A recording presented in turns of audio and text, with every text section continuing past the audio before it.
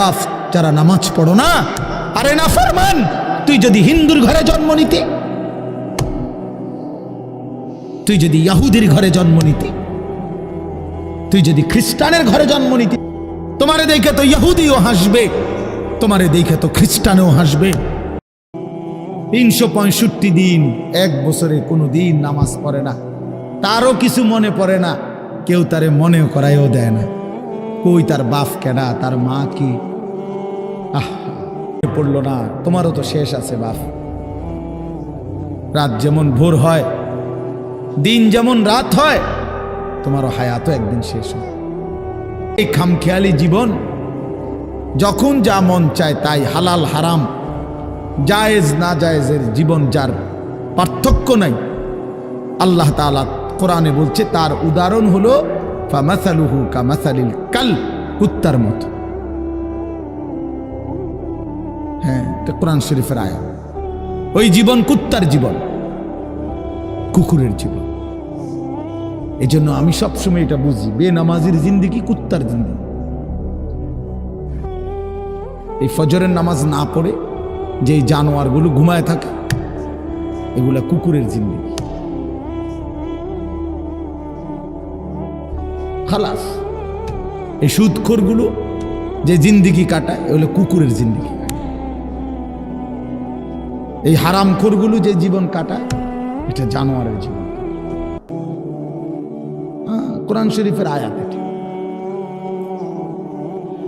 ওয়াত্তাবাআ হাওয়াহু ফামাসালুহু কামাসালিল কাল।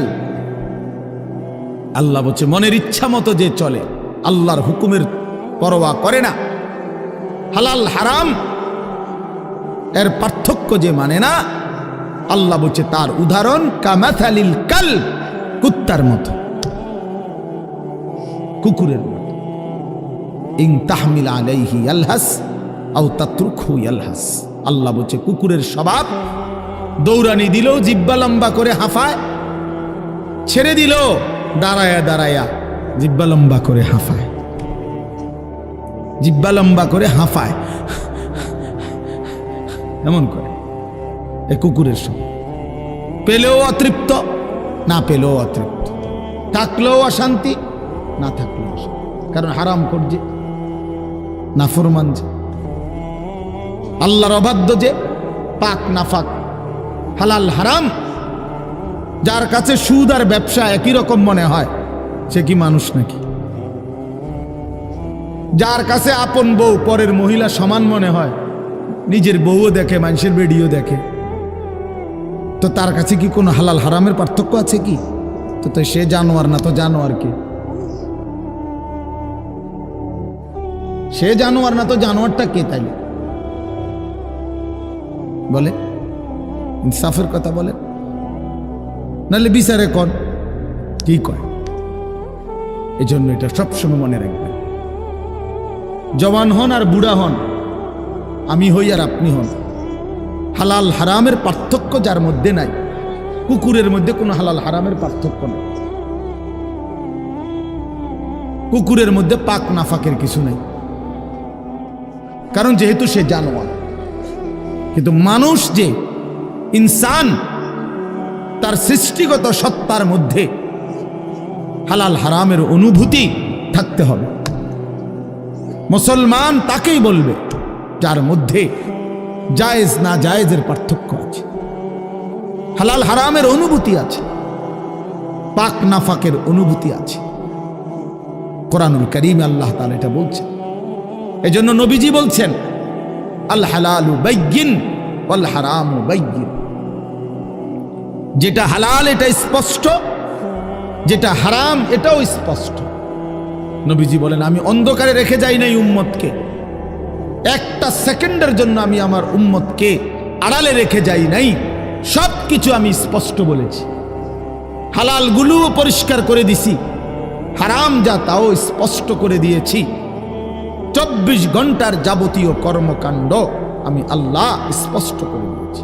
ওই দেখেন ওই অপদার্থ ছেলেটার দিকে দেখেন, এক নজরে মোবাইলের দিকে তাকায় রয়েছে, কারে বলে কি ওয়াজ করে এর কোনো খবর। এটা ধরে রাখছে মোবাইল, এক নজর একদিকে খালা। এবার ওয়াজ হয়, কারে বলে কি বলে, আমার এত কিছু দরকার কি? আমি আর আমার মোবাইল।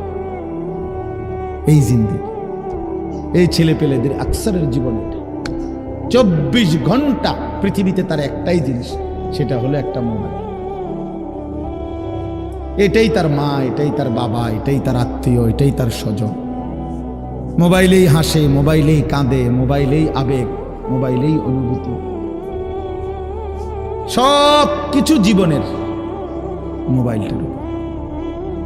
কোত্থেকে আসলো, কে বানাইলো, কে সৃষ্টি করলো, কেন পাঠাইলো, কে আমারে বানাইলো, আমি কোত্থেকে আসলাম, কেন রাত হয়, কেন দিন হয়, আমার কোনো দায়িত্ব আছে কিনা আমার আল্লাহর পক্ষ থেকে, কিচ্ছুর কোনো সামান্যতম বুঝ, বুদ্ধি, আকল, দিমাগ কিচ্ছু। 365 দিন, এক বছরে কোনো দিন নামাজ পড়ে না, তারও কিছু মনে পড়ে না, কেউ তারে মনে করাইও দেয় না। কই তার বাপ কেডা, তার মা কি, কেউ একটু বলেও না যে কিরে বাপ, তুমি যে এক ওয়াক্ত নামাজ পড়ো না, তুমি মুসলমানের বাচ্চা হইলা কেন, তুমি মানুষের বাচ্চা হইলা কেন? তার মা একটাবার বলে না, মা এ কেমন, সন্তানই কেমন। আমার খুব আফসোস লাগে, এটা খুব আফসোস লাগে। মাঝে মাঝে মনটা চায় যে কি আসলে কি মুসলমান এত পাষাণ হইল কেমন, বাপে কেমন, সন্তানেই কেমন, মাই কেমন, মেয়েটাই কেমন, কেউ পর্দা করেন, মাও বেপর্দা, মেয়েও বেপর্দা, বাপ ফুত জি ছেলে মেয়ে সবাই মিললে টেলিভিশন চায়, একসাথে নাচ গান নর্তকীর ছবি নাটক সিনেমা দেখতেছি। ছি ছি ছি ছি, কত নিকৃষ্ট মুসলমান, কত বেশরম, বেহায়া, নির্লজ্জ হইলে এত বড় বেশরম হইতে পারে? আত্মমর্যাদা, আত্মসম্মান, লজ্জা যদি এক বিন্দু থাকতো, তাইলে তো বাবা জিজ্ঞেস করতো যে কিরে বাপ, তুই মুসলমানের ঘরে জন্ম নিয়া এক ওয়াক্ত নামাজ পড়ে না, তুই কেমনে রে আমি মুসলমানের সন্তান হইলি? তুই মুসলমানের ঘরে সন্তান হইলি কেমন? আরে এইটা তো আগে বোঝাপড়া করার বিষয় ছিল। তোর বিদেশ, তোর চাকরি, তোর দাখিল, তোর এসএসসি বেড়া এডি বাদ দে বেড়া, থো বেড়া এডি পরের কথা বেড়া, আগে তুই মুসলমানের বাচ্চা কিনা আগে এটা বল বেটা। তোর নামাজের বোঝাপড়া কর আগে বেটা। কিসের তোর বিদেশ, আবার কিসের তোর দেশ? তোর চাকরি দিয়ে আমি করব কি, তোর ব্যবসা দিয়ে আমি করবো কি, তোর উপার্জন খাইয়া আমি করবো কি বেটা? তুই তো হারাম কর, তো নাফরমান। এতটুকু যদি বিবেক বাবার না থাকে, সেটা কেমন বাপ, এ কেমন অভিভাবক, এ কেমন মুসলমান মা বাবা, যাদের হৃদয়ে এই কথা আসলো না? আপনার তো উচিত ছিল আগে এই বুঝাপড়া করা, আগে ছেলের সাথেই বুঝাপড়া করেন। তুই মুসলমানের বাচ্চা কিনা আগে এটা বল। মুসলমানের বাচ্চা 16 বৎসরে এক ওয়াক্ত নামাজ ছাড়া থাকে কেন? কথা বলেন, ইনসাফ কি বলে? ইনসাফের কথা বলেন, বিচারের কথা বলেন। ছেলেগুলোকে আপনারা এভাবে ছেড়ে দিলেন, আর তোমরা ছেলেরাও বাবা এভাবে নষ্ট হয়ে গেল। অনাদরে, অবহেলায় এমন সুন্দর জীবন, এমন সুন্দর যৌবন, শরীর, স্বাস্থ্য সব শেষ করে দিলাম। একবারও মনে পড়লো না তোমারও তো শেষ আছে বাপ। রাত যেমন ভোর হয়, দিন যেমন রাত হয়, তোমারও হায়াতও একদিন শেষ হয়। প্রতি ঘন্টা, মিনিট, সেকেন্ড যায় মানে তোমার হায়াত যায়, আমার হায়াত যায়, ঠিক না? তো আল্লাহ আমাদেরকে বুঝ দান করেন।